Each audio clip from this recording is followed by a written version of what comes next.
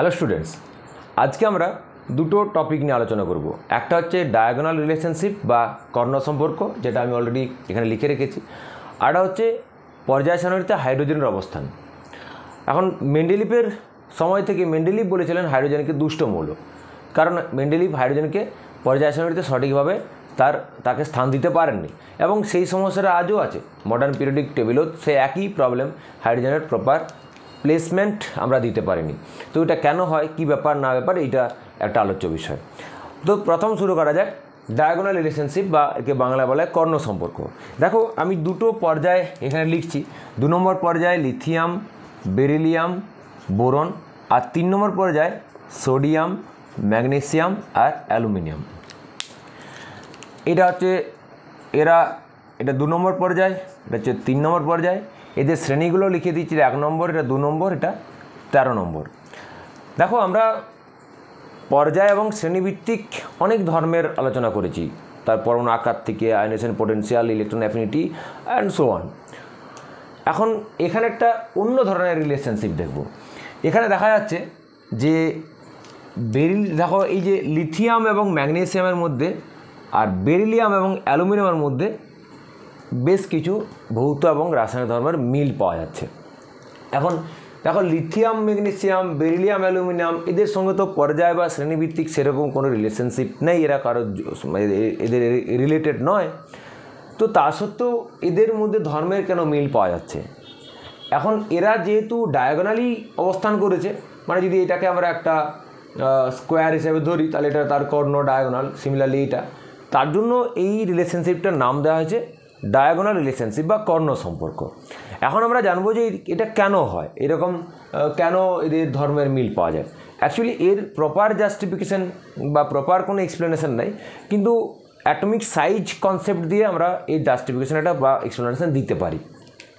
দেখো, আমরা যখন অ্যাটমিক রেডিয়াস বা পরমাণু আকার নিয়ে আলোচনা শুরু করেছিলাম, তখনই বলেছিলাম যে এইটা খুবই ইম্পর্ট্যান্ট একটা টপিক। তার কারণ পরমাণুর আকারের উপরেই পরমাণুর ম্যাক্সিমাম, কোনোটা মৌলের ম্যাক্সিমাম ভৌত এবং রাসায়নিক ধর্ম ডিপেন্ড করে। তো যদি কোনোভাবে দুটো মৌলের পরমাণুর আকার একই হয়ে যায় বা কাছাকাছি হয়, প্রায় কাছাকাছি হয়, তাহলে তাদের ভৌত এবং রাসায়নিক ধর্মের অনেক মিল থাকবে। আর যদি অনেক ডিফারেন্স হয়ে যায়, তাহলে তাদের আলাদা হবে। তার কারণ আমরা জানি পরমাণুর আকারের উপরেই অনেক কিছু ডিপেন্ড করে, কারণ নিউক্লিয়াস থেকে বাইরের কক্ষের ইলেকট্রনের ডিস্টেন্স চেঞ্জ হয়ে যাবে, সাইজ ছোট বড় হলে। চেঞ্জ হয়ে গেলে তাদের সেই ইলেকট্রনের যে বিহেভিয়ার, মানে সেই তার ইলেকট্রনের যে অ্যাক্টিভিটি, সেটা চেঞ্জ হয়ে যাবে। সেটা আমরা ionisation potential, electron affinity, metallic non metallic character সমস্ত জায়গাতে দেখেছি। তো এখানে দেখো, ওই অ্যাটমিক সাইজ দিয়ে ব্যাপারটা বোঝার চেষ্টা করব। দেখো, লিথিয়াম আর ম্যাগনেসিয়ামের কথা যদি ভাবি, দেখো এরা ডিরেক্টলি কিন্তু কোনো পর্যায় বা শ্রেণীভিত্তিক এদের কোনো রিলেশনশিপ নেই, এরা রিলেটেড নয়। একই ব্যাপার বেরিলিয়াম এবং অ্যালুমিনিয়ামের মধ্যে। কিন্তু এটাকে যদি আমরা একটু অন্যভাবে ভাবি, ব্যাপারটা এইরকম। দেখো, লিথিয়াম আর ম্যাগনেসিয়ামকে জাস্ট শুধু ফোকাস করে এদের ওপর যদি আমরা পর্যায়ভিত্তিক ভাবি, তাহলে আমরা জানি পর্যায় বরাবর সাইজ কী হয়, ছোট হতে থাকে। আমরা যখন অ্যাটমিক সাইজ পড়েছি, সেখানে এক্সপ্লেনেশন সমেত পড়েছি। আর শ্রেণী বরাবর সাইজ কী হতে, পরমাণু আকার বড় হতে থাকে। যদি আমরা লিথিয়াম এবং ম্যাগনেসিয়ামকে শুধু ভাবি, তাহলে দেখো পর্যায়ভিত্তিক ভাবলে লিথিয়াম তো আগে আছে, ম্যাগনেসিয়াম পরে আছে, তাহলে লিথিয়ামের সাইজ বড়। যদি পিরিয়ড অনুযায়ী ভাবা হয়, তাহলে সাইজ হবে লিথিয়াম গ্রেটার দেন ম্যাগনেসিয়াম। আবার যদি গ্রুপ ভিত্তিক ভাবা হয়, শ্রেণীভিত্তিক আমরা কি জানি যে যত শ্রেণী বরাবর যাব তাতে সাইজ বড় হয়। সেই হিসেবে কি হবে না, লিথিয়ামের থেকে ম্যাগনেসিয়ামের সাইজ বড়, কারণ লিথিয়াম আছে এই শ্রেণীর প্রথমে, আর ম্যাগনেসিয়াম আছে শ্রেণীর নিচে। যদিও এরা সরাসরি শ্রেণী বা পর্যায় ভিত্তিক এদের মধ্যে কোনো রিলেশনশিপ নেই, কিন্তু আমরা শুধু জাস্ট এই পর্যায় এবং শ্রেণী এইভাবে ভাবছি যে লিথিয়াম আর ম্যাগনেসিয়ামকে যদি পর্যায়ে শ্রেণীভিত্তিক ভাবি, তাহলে লিথিয়াম আগে আসবে, ম্যাগনেসিয়াম পরে আসবে। শ্রেণী বরাবর গেলে সাইজ বড় হয়। সেই হিসাবে কী হবে, ম্যাগনেসিয়ামের সাইজ বড় হবে আর লিথিয়ামের সাইজ ছোট হবে। তাহলে দেখতে পাচ্ছি যে পর্যায়ভিত্তিক ভাবলে একরকম হচ্ছে, শ্রেণীভিত্তিক ভাবলে এক্স্যাক্টলি অপোজিট হচ্ছে। এখন বলা হচ্ছে যে এই দুটো ফ্যাক্টর দুটোই কাজ করছে, দুটোই অপারেট করছে এবং একে অপরকে ক্যান্সেল আউট করে দিচ্ছে বলে কি এদের পরমাণুর এদের মধ্যে যে আকার লিথিয়াম ম্যাগনেসিয়াম একইভাবে বেরিলিয়াম অ্যালুমিনিয়ামের পরমাণুর আকার অলমোস্ট সেম। তো একই হয়ে যাওয়ার জন্য এদের অনেক ভৌত এবং রাসায়নিক ধর্মের মিল পাওয়া যায়। এটাই হচ্ছে কর্ণ সম্পর্কের বা ডায়াগোনাল রিলেশনশিপের মোটামুটি একটা কি বলবো এক্সপ্লেনেশন। বেশ, এটা হলো। নেক্সট যে টপিকটা বলেছিলাম সেটা হচ্ছে পজিশন অফ হাইড্রোজেন। হাইড্রোজেনের অবস্থান, এই বিষয়টা তোমরা অনেক নিচু ক্লাস থেকে পড়ছো, ক্লাস 9-10 লেভেল থেকে পড়ছো, তাও আমি একটু কুইক বলে নিই। দেখো, কোনো একটা এলিমেন্টের পর্যায় সারণীতে, সে মেন্ডেলিভের পর্যায় সারণী বলো বা আজকের পর্যায় সারণী বলো, মডার্ন পিরিয়ডিক টেবিল বলো, একটা মৌলকে আমরা কোন শ্রেণীতে রাখবো? সিম্পল কথা, একটা মৌলকে আমরা কোন শ্রেণীতে রাখবো ভেবে বলো। দেখো, একটা মৌলকে আমরা সেই শ্রেণীতে রাখবো যে শ্রেণীর বাকি মৌলগুলোর সঙ্গে ওর ধর্মের মিল আছে। এটাই তো আমাদের মূল উদ্দেশ্য ছিল। পর্যায় সারণী তো তামঝাম করে শেখার উদ্দেশ্য একটাই, যাতে করে একই ধর্মের মৌলগুলোকে আমরা একটা শ্রেণীতে বা একটা গ্রুপে রাখতে পারি। তো একটা মৌলকে আমরা সেই শ্রেণীতে রাখবো যে শ্রেণীর মৌলগুলোর সঙ্গে তার ধর্মের মিল থাকবে। যেমন ধরো একটা এক্সাম্পল দিচ্ছি, ধরো গ্রুপ 1। গ্রুপ 1-এ কারা আছে? 1 নম্বর গ্রুপে লিথিয়াম আছে, sodium, potassium, rubidium, caesium, francium আছে। আবার ধরো group 2, beryllium, magnesium, calcium, strontium, barium আর রেডিয়াম। এরকম করে সমস্ত গ্রুপগুলো 1 থেকে 18 গ্রুপ আছে। এদেরকে আমরা একই শ্রেণীতে কেন রেখেছি? কারণ এদের প্রত্যেকের সঙ্গে প্রত্যেকের ধর্মের কী আছে? মিল আছে। এক্স্যাক্টলি সেম নয় ডেফিনেটলি, কিন্তু এদের ধর্মের মিল আছে। এটাই আমাদের সুবিধা যে এর প্রপার্টি স্টাডি করলে আমরা এদের প্রপার্টি সম্পর্কে একটা আইডিয়া পেয়ে যাব। এটা হচ্ছে মূল আমাদের উদ্দেশ্য। এখন সেই হিসেবে হাইড্রোজেনকে আমাদেরকে আমরা কোথায় রাখবো? এখন মুশকিল হলো এই হাইড্রোজেনে দেখা গেছে যে হাইড্রোজেনের দুটো গ্রুপের সঙ্গে হাইড্রোজেনের মিল এবং অমিল আছে। বাকি যেমন মৌল, যেমন ধর লিথিয়ামের এই 1 নম্বর গ্রুপের মৌল ছাড়া বাকি কারোর সঙ্গে এদের ধর্মের মিল নেই। তাহলে লিথিয়াম নিয়ে কোনো প্রবলেম নেই।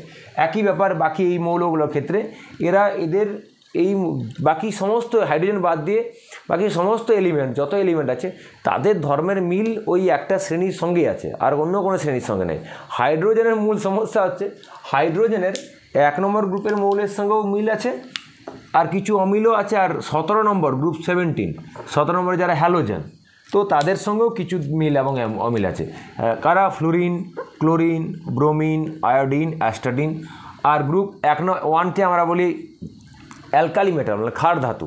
অর্থাৎ ক্ষার ধাতুর যে মৌল গ্রুপ 1, এদের সঙ্গেও হাইড্রোজেনের ধর্মের মিল এবং অমিল আছে। আর 17 নম্বর গ্রুপের মৌলগুলোর সঙ্গেও ধর্মের মিল এবং অমিল আছে। তাহলে বলো কোথায় রাখবে? যদি ধর্মের মিল ধরা হয় তাহলে তো 1 নম্বর এবং 17 নম্বর রাখতে হয়। তাহলে এমন তো নয় যে সকালবেলায় হাইড্রোজেনকে 1 নম্বর রাখলে আর সন্ধ্যাবেলা ওকে গিয়ে 17 নম্বর রেখে দিলে, সেই ভাগই করে দিলে, এমন তো হতে পারে না, সেটা তো হয় না। তাহলে এই যে একটা কনফিউশন বা এই যে একটা বিতর্ক ঝামেলা, এটা আজও থেকে গেছে, এর কোনো সমাধান আজও হয়নি। হাইড্রোজেনকে জাস্ট আমরা গ্রুপ 1-এ রেখেছি, দেখবে হাইড্রোজেন 1 নম্বর গ্রুপে আছে, কিন্তু কোথাও তো একটা রাখতে হবে, একসঙ্গে তো দুটো জায়গায় রাখতে পারবে না, তার জন্য 1 নম্বর রাখা আছে। এবার আমরা দেখব যে গ্রুপ 1 এবং গ্রুপ 17-এর সঙ্গে কী কী ধর্মের মিল এবং অমিল আছে। তো কয়েকটা আমি কুইক আলোচনা করছি, এগুলো তো নিচু ক্লাসে তোমরা পড়েছো বা জানো, তো আমি খুব একটা বেশি এটাকে নিয়ে বেশি টাইম নেব না। যেমন ধরো হাইড্রোজেনের সঙ্গে গ্রুপ 1-এর যদি আমরা কিছু সাদৃশ্য দেখি, গ্রুপ 1-এর সাদৃশ্য কী কী? দেখো, গ্রুপ 1-এর সমস্ত মৌল তাদের হচ্ছে যোজ্যতা হচ্ছে 1, কারণ একযোজি লিথিয়াম, সোডিয়াম, পটাশিয়াম, এদের যোজ্যতা সবার একটা ইলেকট্রন নিয়েই তাদের কারবার। আবার হাইড্রোজেনের যোজ্যতা 1, তাহলে ভ্যালেন্সি মিল আছে। 1 নম্বর গ্রুপের সঙ্গে ভ্যালেন্সি যোজ্যতার মিল আছে। 2 নম্বর হচ্ছে এরা কি করতে পারে? এরা হ্যালাইড তৈরি করতে পারে। যত গ্রুপ 1 নম্বর গ্রুপের মৌল, তারা হ্যালাইড তৈরি করতে পারে। যেমন ধরো lithium chloride, sodium chloride, potassium chloride. Halide মানে হ্যালোজেনের সঙ্গে যুক্ত হতে পারে। সিমিলারলি হাইড্রোজেনে কী করতে পারে? HCl তৈরি করতে পারে। যেমন NaCl হয়, সেরকম কী হয়? HCl হয়। তাহলে 1 নম্বর গ্রুপের মৌলগুলোর মতো হাইড্রোজেন হচ্ছে একযোজি। 1 নম্বর গ্রুপের মৌলগুলোর মতো হাইড্রোজেন হ্যালাইড তৈরি করে। 3 নম্বর হচ্ছে 1 নম্বর গ্রুপের মৌলগুলো কী হয়? তারা সবসময় তারা পজিটিভ আয়ন তৈরি করে, মানে এরা ক্যাটায়ন হিসেবে থাকতে পছন্দ করে। সিমিলারলি হাইড্রোজেনে কী হতে পারে? যেমন ধরো NaCl, Na+ হিসেবে আছে, KCl বলে যায় বলে এরা কি এরা ক্যাটায়ন হিসেবে থাকতে পছন্দ করে। আবার হাইড্রোজেনও কী হতে পারে ক্যাটায়ন হিসেবে প্লাস চার্জ, তারা সেও পজিটিভ অক্সিজেন স্টেটে থাকতে চায়, মানে তারাও প্লাস অবস্থায় থাকতে চায়। তো এইগুলো হচ্ছে কয়েকটা হাইড্রোজেনের সঙ্গে অ্যালকালি মেটালের মিল। আরও হয়তো দু একটা থাকতে পারে। আর কিছু অমিল আছে, কী কী অমিল আছে, অনেক অমিল আছে। যেমন ধরো এই গ্রুপ 1-এর যত এলিমেন্ট আছে এরা সবাই সলিড, কেউ অন্য স্টেটে নেই, লিকুইড গ্যাস কিছু না, সবাই সলিড। কিন্তু হাইড্রোজেন হচ্ছে গ্যাস নাম্বার 1, 1 নম্বরে। তোমার যদি বৈসাদৃশ্য দেখা হয় তাহলে এটা 1 নম্বর হচ্ছে ফিজিক্যাল স্টেট, ভৌত অবস্থা, হাইড্রোজেন গ্যাস, এরা সলিড। 2 নম্বর হচ্ছে হাইড্রোজেন হচ্ছে দ্বিপরমাণু। দেখবে হাইড্রোজেনকে আমরা লিখি H2 হিসেবে, কিন্তু কখনো Li2 Na2 এরকম লেখা হয় কি হয় না, তাহলে এরা হাইড্রোজেনের দ্বিপরমাণু, আর এরা হচ্ছে এক পরমাণু। 2 নম্বর। 3 নম্বর হচ্ছে 3 নম্বর কী বৈসাদৃশ্য আছে না, এরা তীব্র তড়িৎ ধনাত্মক মৌল। Lithium, sodium, potassium, rubidium, caesium, francium এরা তীব্র তড়িৎ ধনাত্মক মৌল। হাইড্রোজেন কিন্তু তীব্র তড়িৎ ধনাত্মক মৌল নয়, এ মাইনাসও হতে পারে, হাইড্রাইড তৈরি করতে পারে, তো এরা মাইনাসও হতে পারে। তো এরা তীব্র কী করতে পারে, এরা তীব্র তড়িৎ ধনাত্মক মৌল। তো কিন্তু হাইড্রোজেন তীব্র তড়িৎ ধনাত্মক মৌল নয়। এইগুলো হচ্ছে কি এদের মধ্যে বৈসাদৃশ্য। এবার আমরা চলে যাব গ্রুপ 17। গ্রুপ 17 সঙ্গে সাদৃশ্য কী কী আছে? সাদৃশ্য হচ্ছে বুঝতে পারছো যে এরা গ্যাস, হাইড্রোজেন গ্যাস, এরাও গ্যাসীয়। সবাই গ্যাসীয় নয় অবশ্য, ব্রোমিন, আয়োডিন, ব্রোমিন তরল, আয়োডিন কঠিন, অ্যাস্টাটিনও কঠিন। তো এটা ফিজিক্যাল স্টেট দিয়ে না বলাই ভালো। আমরা এটাকে বলতে পারি যে এরা হাইড্রোজেন যেমন দ্বিপরমাণুক H2 হয়, সেরকম এরাও কি দ্বিপরমাণুক F2, Cl2, Br2, I2 এরকম হয়। তাহলে হাইড্রোজেন যেমন দ্বিপরমাণুক, গ্রুপ 17 মৌল এরা হচ্ছে দ্বিপরমাণুক, একটা সাদৃশ্য। 2 নম্বর সাদৃশ্য হচ্ছে এরা কি করতে পারে, যেমন ধরো এরা সবাই নেগেটিভ অক্সিডেশন স্টেট দেখাতে পারে। যেমন ধরো কী হতে পারে, NaF হতে পারে। আবার যেমন ধরো আচ্ছা NF-টা তো এখানে হলো, এটা দরকার, এটা হ্যাঁ নেগেটিভ, এটা হতে পারে। সেরকম NF হতে পারে, সেরকম NaHও হতে পারে, রাইট। তাহলে এরা কি যেমন F মাইনাস, সেরকম H মাইনাস হাইড্রাইডও হতে পারে। মানে ধরো CaH2 এটাও হতে পারে, আবার CaF2 এটাও হতে পারে। অর্থাৎ হ্যালাইডগুলো যেমন মাইনাস অক্সিজেন স্টেটে থাকতে পারে, সেরকম হাইড্রোজেনও মাইনাস অক্সিজেন স্টেটে থাকতে পারে। তো এইরকম এইগুলো হচ্ছে এদের সাদৃশ্য। এবার বৈসাদৃশ্য কী আছে? বৈসাদৃশ্য হচ্ছে 1 নম্বর হচ্ছে এরা তীব্র অক্সিডাইজিং এজেন্ট। এরা তীব্র অক্সিডাইজিং এজেন্ট, কাউকে সহজে অক্সিডাইজ করতে পারে, কারণ এদের বাইরে 7টা ইলেকট্রন আছে। একটা ইলেকট্রন নিয়ে নিলে সে কী হবে, 8টা হয়ে যাবে, তাহলে লোকের কাছে নিয়ে নিতে পারে, অর্থাৎ এদের অক্সিডাইজিং এজেন্ট। কিন্তু হাইড্রোজেন তীব্র অক্সিডাইজিং এজেন্ট নয়, 1 নম্বর। 2 নম্বর হচ্ছে হাইড্রোজেনের কী না, যেমন ফ্লোরিন বাদ দিয়ে ক্লোরিন বলো, ব্রোমিন বলো, আয়োডিন বলো, এরা ভেরিয়াস অনেকগুলো অক্সিজেন স্টেটে থাকতে পারে। ফ্লোরিন একটাই অক্সিজেন স্টেটে থাকতে পারে, -1, কিন্তু ক্লোরিন, ব্রোমিন, আয়োডিন এরা অনেক অক্সিজেন স্টেটে থাকতে পারে, 1 থেকে 7, 1, 3, 5, 7 বিভিন্ন রকম ব্যালেন্সই তৈরি করতে পারে। কিন্তু হাইড্রোজেন একটাই হয়, 1। এগুলো হচ্ছে এদের কি, এগুলো হচ্ছে এদের কিছু বৈসাদৃশ্য, এদেরই অ্যাক্টিভিটির কিছু বৈসাদৃশ্য আছে। তো এই হলো গ্রুপ 1 এবং গ্রুপ 17-এর সঙ্গে কিছু আমি কয়েকটা করে বললাম, জাস্ট আইডিয়া গেইন করার জন্য, যে হাইড্রোজেনের মূলত সমস্যাটা কোথায়, হাইড্রোজেনকে নিয়ে কোথায় সমস্যা, কেন একে ডিস্টার্বিং এলিমেন্ট বা দুষ্ট মৌল বলা হয়েছে। তার কারণ হচ্ছে হাইড্রোজেনকে আমরা প্রপারলি কোনো শ্রেণীতে রাখতে পারি না, কারণ 1 নম্বর শ্রেণীর সঙ্গেও কিছু মিল অমিল আছে, আর 17 সঙ্গে কিছু মিল অমিল আছে, কোথায় রাখবে। তো এই হচ্ছে হাইড্রোজেনকে নিয়ে সমস্যা। বেশ, এই দুটো আমরা বিষয় বলেছিলাম আলোচনা করা হয়ে গেল। এবার নেক্সট ক্লাসে আর একটাই আমরা ক্লাস করব এই পিরিয়ডিক প্রপার্টিতে, ইনার্ট পেয়ার এফেক্ট, খুব ইম্পর্ট্যান্ট একটা আলোচনা, সেটা নেক্সট ক্লাসে আলোচনা হবে, দেখতে থাকো।